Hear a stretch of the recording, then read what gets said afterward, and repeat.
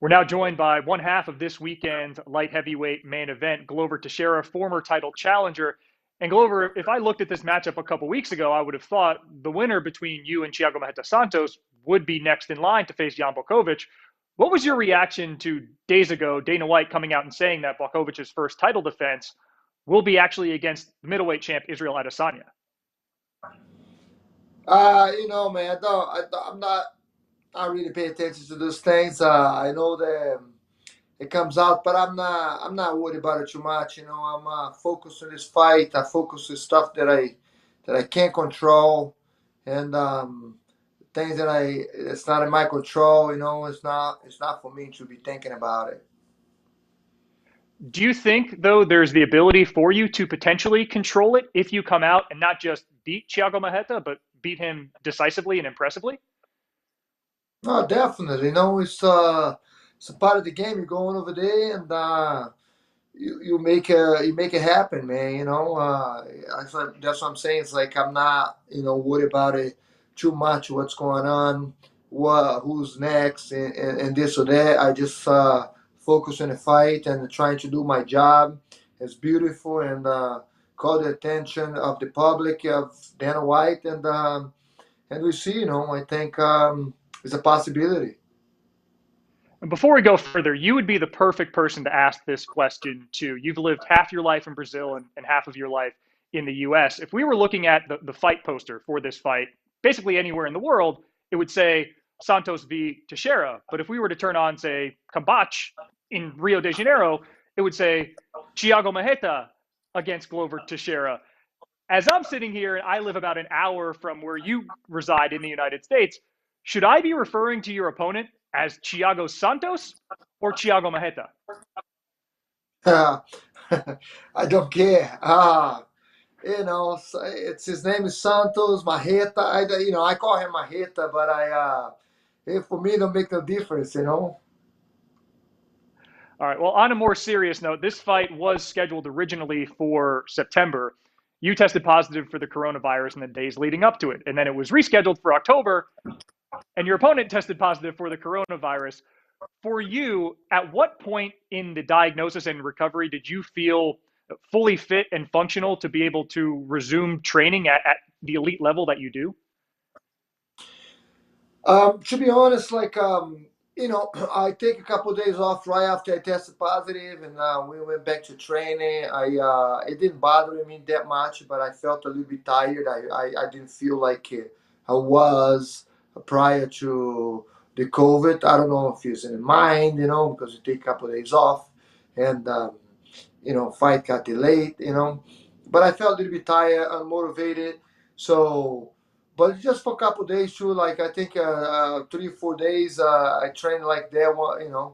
But in the week after, we start training hard again. Like I say, Alex Poitin, Glory champion, he was training with me and he got COVID as well. So we both got COVID. So we just bought some mats, put in my garage, and start training.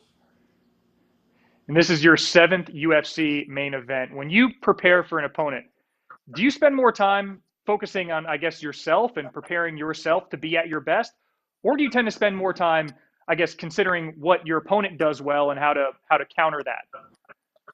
I'm a selfish that way. I'm always thinking myself, how I train myself, how I'm gonna perform, rest and everything. I'm not really pay attention to the opponent too much. Um, to be honest, sometimes I watch fights I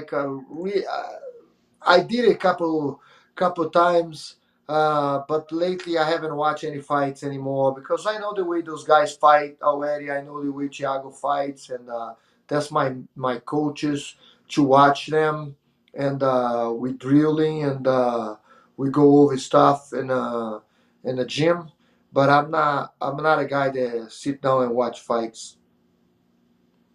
So for us watching this fight, your opponent, Thiago Marreta, Thiago Santos, however you want to refer to him, what is something that he does well that you need to respect this weekend in Las Vegas that if you don't, it could get you in trouble? Oh, he kicked very well, right? And the main thing with him is his explosion. he's gonna be he moves and he comes with explosive shots, and we got some training for that. We drill a lot in those aspects, and I think that's one of the main things is like the power explosion. That's danger for every fighter, you know. Um, any fighter that have the explosion, the power, the knockout power is it's a danger fighter. So we're just gonna be aware of that. I'm already am, and that's the main thing, man. The rest is he just gotta worry about me. Okay, so what does he have to worry about with you? What above all else has to go well for you to get your hand raised? Everything, everything, man. I'm a guy that got the knockout power in both hands, um, and got submission, got the wrestling. So I'm going over there and and do my game and see what's open and take the fight where I feel comfortable at. That's the way I always fight, and people that fight with me, they have to think it that way. Like I'm not one-dimensional fighter that's gonna go strike only or ground only. Like you see guys like a Demi Maia that is like a very, I'm not saying but very good in the ground, and people worry about his ground so much. And then you see Anderson Silva that is striking very very good. He's not looking too much for takedowns. I'm a I'm a different. Uh, we are different all around, I guess. And you have a 4-fight win streak. 3 of those are finishes. Glover, my last question to you. You are actually tied for the UFC record among light heavyweights with the most stoppages in your career. What does it mean to you, or what would it mean to you to have a record to yourself like that? It means a lot. It's a great feeling to have one of the most finish, and if I finish him this week, I'll be at the top of the record, right? It means a lot because you see the type of fighter I am. I'm going over there to finish fights. I'm not playing around, and you know, uh, don't try to leave in the hand of the judges.